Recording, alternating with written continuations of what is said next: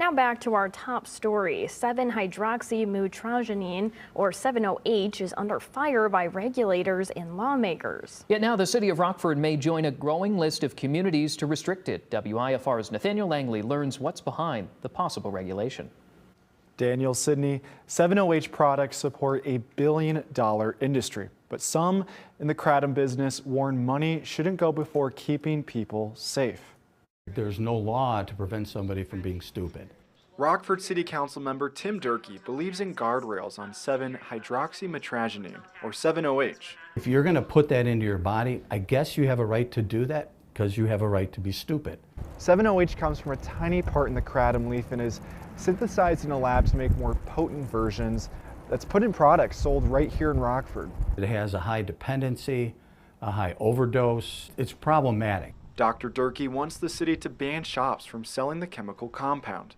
I think it's a great idea that the municipalities are taking the step to Craig ban Katz says 7-OH. CBD Kratom's 57 stores keep 7-OH off its shelves.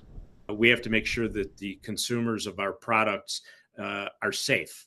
Rockford's Peace Novelty sells dozens of products with the chemical compound. Manager Stephen Johnson acknowledges its addictive nature, but urges lawmakers to avoid a ban and instead regulate the product and make it safer. Well, I think they're being disingenuous. Katz suggests businesses like Peace Novelty enjoy a slice of the estimated $2 billion 7-OH industry. That is very hard for a lot of those business people to reconcile. At least 7 states banned products with the compound. Durkee believes it's Rockford's turn. The city, the law, we care about you doing something destructive where you hurt somebody else, and that you don't have a right to do. There's been no official movement yet from state lawmakers to restrict 7-OH. Rockford's ban passed committee and awaits a full council vote on November 17th.